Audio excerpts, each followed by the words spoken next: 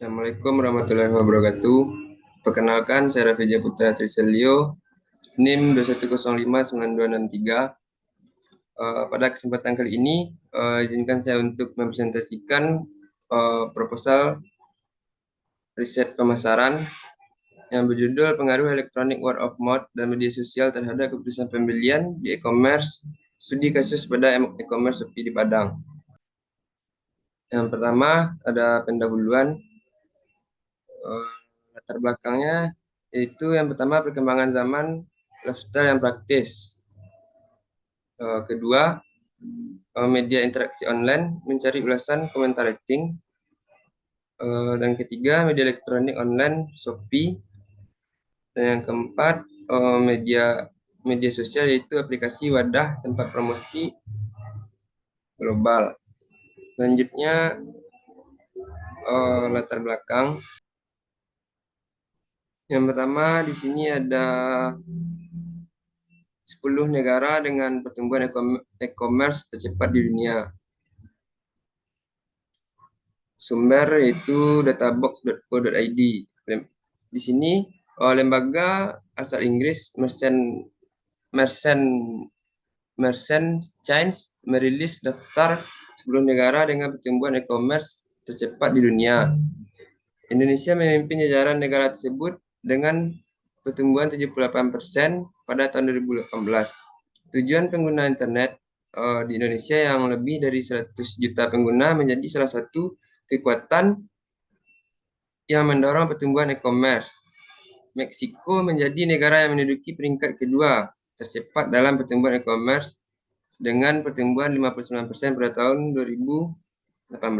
Sementara itu, Filipina berada di urutan ketiga dengan pertumbuhan e-commerce sebesar 51%. Selanjutnya ada pengguna marketplace Indonesia dapat dilihat pada gambar yang kedua. Berdasarkan gambar kedua dapat kita lihat iPress Q2 terdapat beberapa e-commerce yang paling sering dikunjungi di Indonesia yaitu Shopee. Shopee menempati urutan pertama yang paling banyak dikunjungi. Shopee juga menempati urutan pertama berdasarkan kunjungan web bulanan yaitu 9,4 juta pengunjung per bulannya. Untuk rating, aplikasi smartphone Shopee juga menempati peringkat pertama pada App Store dan Play Store. Shopee berusaha memberikan layanan terbaik untuk konsumennya dengan memberikan berbagai penawaran yang menarik seperti harga promo dan diskon. Selanjutnya, gambar ketiga, berikut ditampilkan data survei awal tingkat keputusan pembelian di e-commerce Shopee. Dari tabel tersebut,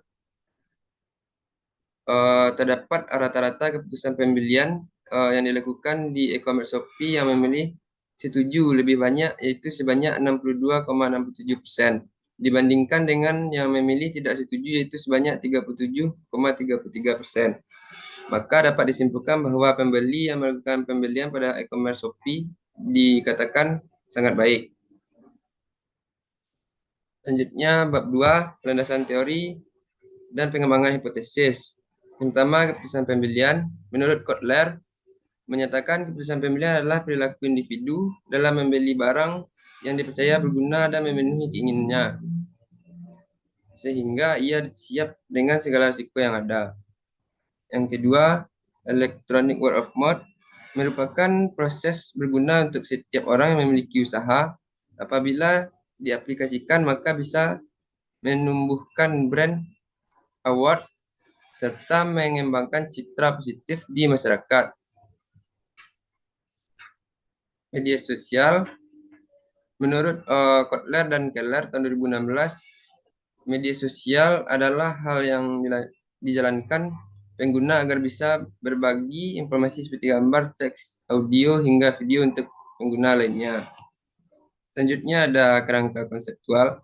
Berdasarkan latar belakang, rumusan masalah, tujuan penelitian, kajian literatur, teori yang telah dikemukakan, serta pengembangan hipotesis, maka dapat dibuat kerangka konseptual yang disesuaikan untuk menunjang penelitian sebagai berikut. Electronic word of mouth, yaitu sebagai X1, media sosial sebagai X2, dan tulisan pembelian sebagai rebellion. Hipotesis pada penelitian ini adalah sebagai berikut. H1, secara parsial elektronik word of mouth berpengaruh positif terhadap keputusan pembelian masyarakat di e-commerce Shopee Padang. H2, secara parsial media sosial berpengaruh positif terhadap keputusan pembelian masyarakat di e-commerce Shopee Kota Padang. Selanjutnya, metode penelitian. Yang pertama ada objek penelitian. Yang dijadikan objek dalam penelitian ini adalah e-commerce Shopee Padang. Yang kedua, teknik pengumpulan sampel. Untuk teknik pengumpulan sampel, kita melakukan pengambilan sampel pada penelitian ini menggunakan pemilihan sampel non-probability sampling.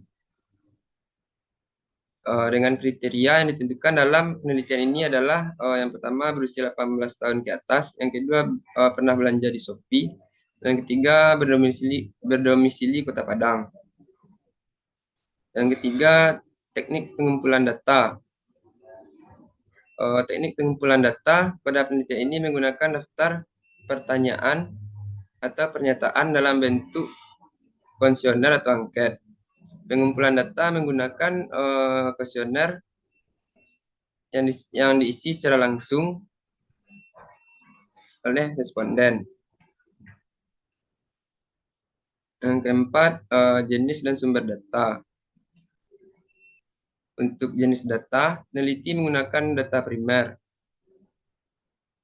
yang didapatkan langsung dari objek penelitian dengan menyebar kuesioner. Yang selanjutnya ada sumber data. Data dan informasi yang penulis gunakan dalam penelitian ini adalah data dari kuesioner yang merupakan daftar pernyataan yang harus dijawab oleh responden.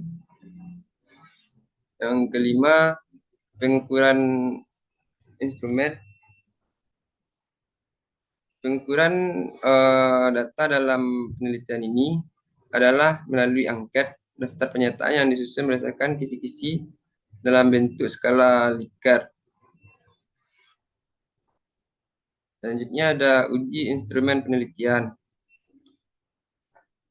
Untuk uji instrumen penelitian pada penelitian ini dilakukan uji validitas, yaitu uji yang menunjukkan tingkat kekuatan suatu alat pengukuran.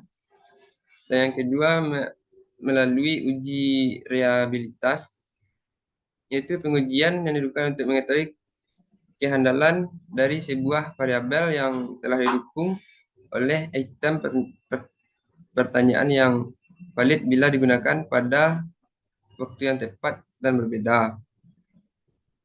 Yang terakhir, metode analisis data. Untuk metode analisis data,